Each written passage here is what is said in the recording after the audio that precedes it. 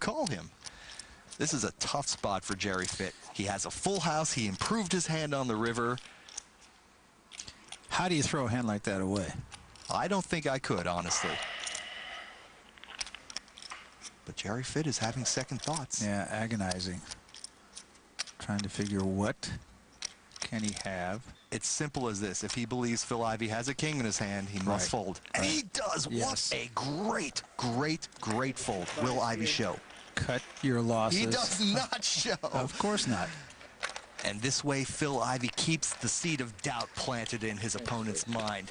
The guy called a big raise on the turn. He improved on the river, and he'll never know until he watches our broadcast. And there's no question about it. Right now, Phil Ivey is playing this table like Jascha Heifetz plays the Stradivarius. The PartyPoker.net Aussie Millions are brought to you by PartyPoker.net, the world's largest poker school.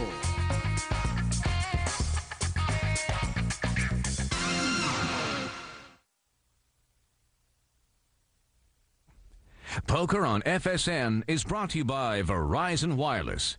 Verizon Wireless. We never stop working for you. Welcome back to the PartyPoker.net Aussie Millions. Now let's take a look at the structure for this year's tournament. We start with 418 players, each putting up $10,000 for the buy-in. The total prize pool is over $3 million with a payout to the top 48 places.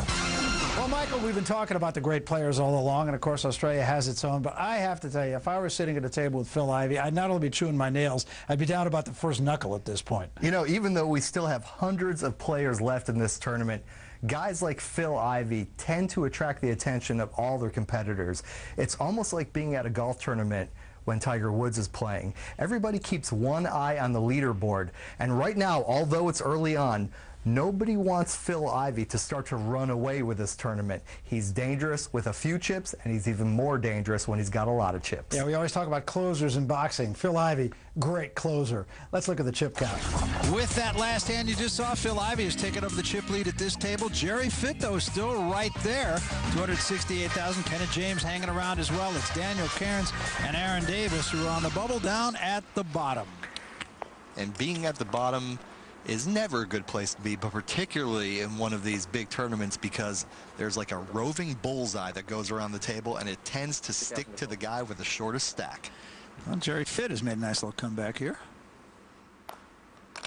One thing I like about Fitt is that although he took that big loss in that huge confrontation with Phil Ivey, his outward demeanor seems to be very calm and centered.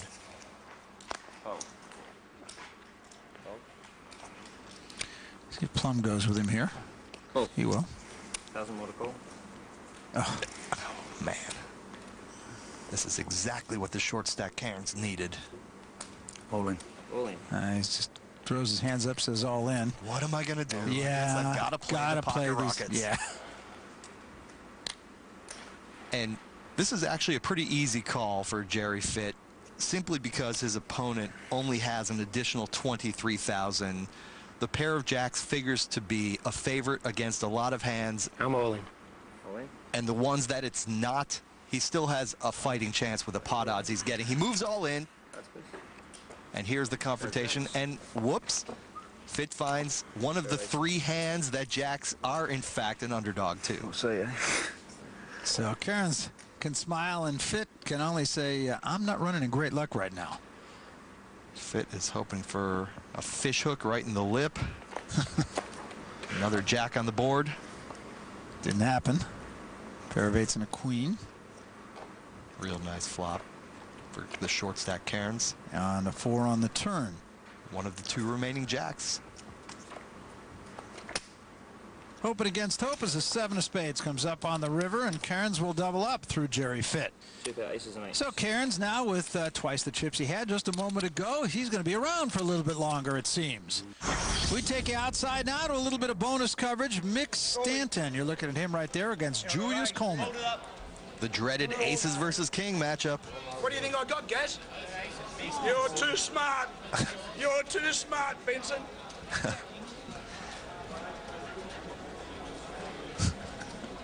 Aces versus kings here.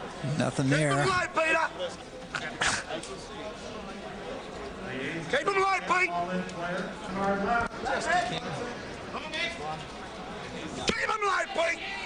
He wasn't even breathing. He wasn't breathing, Gary. Yeah, guys tend to get excited when their aces actually hold up. Well, he's still going to be hanging around here as he wins that hand. His aces hold up, and we're coming back right after this. Welcome back to Melbourne. This is PartyPoker.net's Aussie Millions. Barry Tompkins, Michael Koenig alongside. We're at the Crown Casino.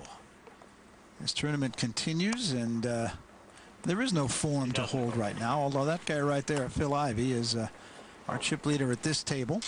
Got some competition here. Kenna James going to get rid of that. Kathy Liebert as well, and Plum not going to play the 7-5. Karen's just doubled up a moment ago. Not this time. Option. Grillman would like to have that hand over at the blackjack table. Plus 5,000. Raise 5,000. But he is in the small blind. It will just cost him half a bet. However, Jerry Fitt in the big blind behind him raises the price 5,000 more, and Grillman says, okay, I'll double down. Hoping for a 10. On the flop, ace 6-10. Fitt has actually improved its bottom pair. 10,000. 10,000. But he acted before the flop as though he did have something like an ace in his hand, and Grillman believes him. Yep, good enough to win. Found someone I can beat. So Jerry Fitt has been playing very steadily here and didn't get down when he lost that huge hand we saw a few moments ago to Phil Ivey. Bonus coverage now. Paul Gianfrido is all in against Cody Slambo. You got to like a guy named Slambo, don't you? Yes. Yes. Well, Mr. Gianfrido cannot keep a poker face. You know, as we get closer to that big prize at the end of the tournament, those emotions tend to be worn on the sleeve, especially when you're Italian. Meanwhile, back at our main table, 2,000 to call. play has been very good at this table. Kenna James looking at 9-7. You realize those things someday. Oops. Is that a toupee? Huh? Is that a toupee? Seriously? That what? Is that a toupee? He's begging at me, man. What I do? Uh-oh. Yeah, No, it's right? very rare It's to not, actually right? see Kenna James It's without a cowboy hat on, and Phil Ivey wanted to know if that was a hairpiece, because I don't think Phil's actually ever seen hair on Kenna's I head. didn't wear my shirt today, my real shirt. I got this shirt at home. It's called Filibuster. Drew a smile from Phil Ivey. That's something you don't see very much at a poker table either. Ivey the favorite here. King ace 3. Picked up 150,000. Check. And both Ivey and Grillmond have